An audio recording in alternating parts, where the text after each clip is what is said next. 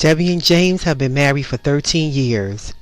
Debbie is presented as a poised woman who is employed as a senior partner in a large law firm. James appears to be very confident, and he is employed as a junior vice president for a major company. Debbie complained that she lacks intimacy from James.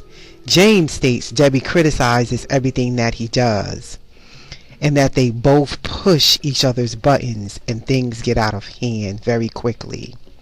They have both decided to attend their first therapy session. What they are not aware of is that they are about to enter another dimension, a dimension not only of sight and sound, but of mind.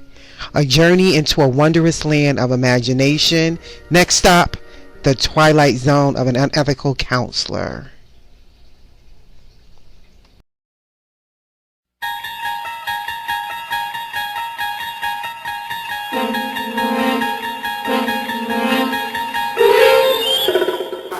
Okay.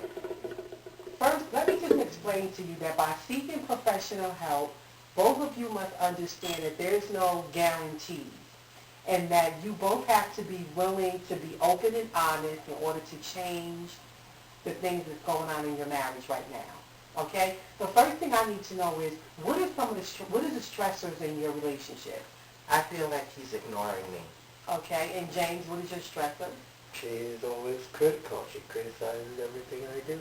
Okay, so it seems like you're feeling as though he doesn't spend enough time, and you feel as though that she constantly complains and badgers and is very critical of any actions that you do. Okay, so what I want both of you to do is I'm going to close out the session, and I want you to go home and make a list. Debbie, I want you to make a list of all the times that he could have possibly spent time with you and he didn't, and how did you feel about it? And James, I want you to make a list of the times that she was very critical towards you. And we're going to meet separately. So Debbie, I'm going to meet with you first for the next session, and then James, I'm going to meet with you for the following session. Is that okay? Yes. All right, great.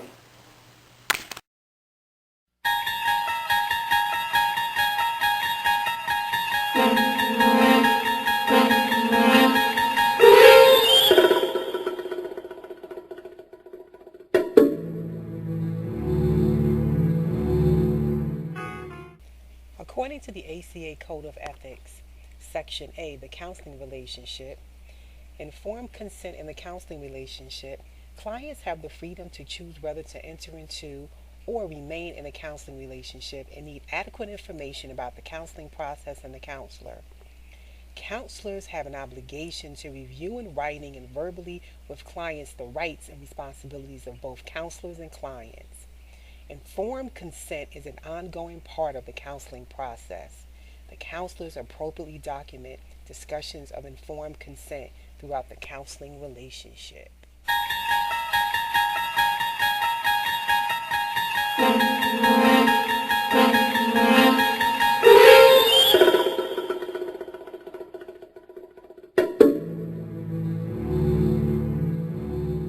Hello. You didn't get that, did you? No. I got the whole. Hello, Debbie. How are you today? I'm fine, and yourself? I'm fine. From the last time that we met, I asked you to make a list of some things that you wanted to share with me in regards to the times that your husband There you go. spend time with you. Okay.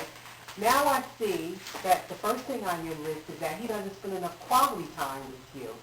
How does that make you feel, and what are some of the things that you possibly have done in order to make make yourself feel a little bit better about not spending enough time with your husband? Well, I feel abandoned, but he doesn't give me what I want, so I decided to get what I want needed elsewhere. Okay, so you're expressing that you're having an extra marital affair right now. But before I go on, is this just between you and I? Yes, this is definitely between you and I. So it's going no further, just No. between you and I? Well, yes, I've been having an affair for maybe about 4 or 5 years now. Okay. Well, you know what, Debbie? I know how you feel because when I was married, I did the same thing. Really? Yes. And so it makes you feel as though that you need to have that extra comfort. anything that me and you talk about is just between you and I would never tell your husband that you had an extramarital affair.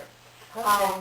So let's close out the session, and I'm going to meet with James, and after I meet with him, we're going to come back together and meet together. Okay. Okay? Okay, thank you, Alicia. I'll You're see welcome. you then. See you Bye-bye. then.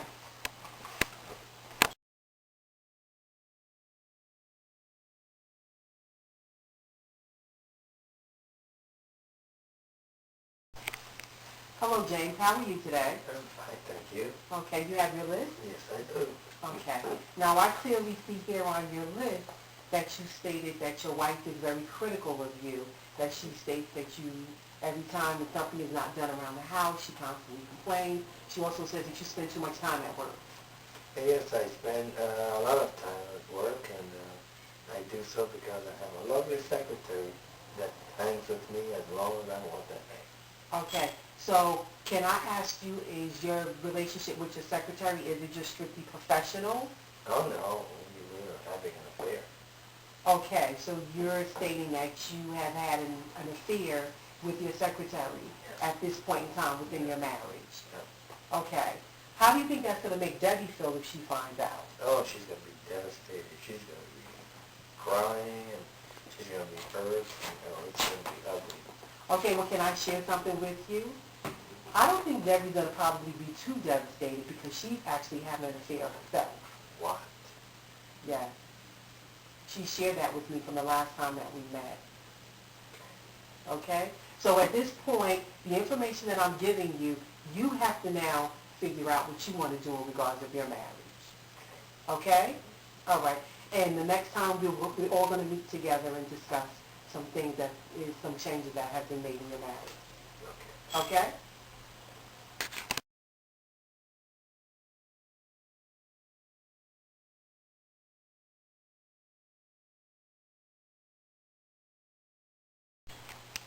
Hello, Debbie and James. How are you today?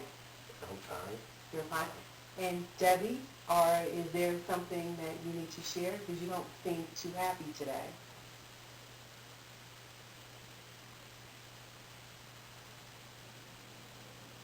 Well, Debbie, can you please tell me what happened, or did something happen? James was very abusive. James has been beating me every other night since the last time he came here. So I'm assuming you have something to tell me. Well, I did share with James that you were having an affair on him. But you promised me that what we discussed was between you and I. It was confidential. What happened to confidentiality? Well, you're correct, but I also had an obligation to him because he's also my client, and he was very upset during that session. Well, you didn't inform me of that, but you don't have to worry anymore. I am no longer a client of yours.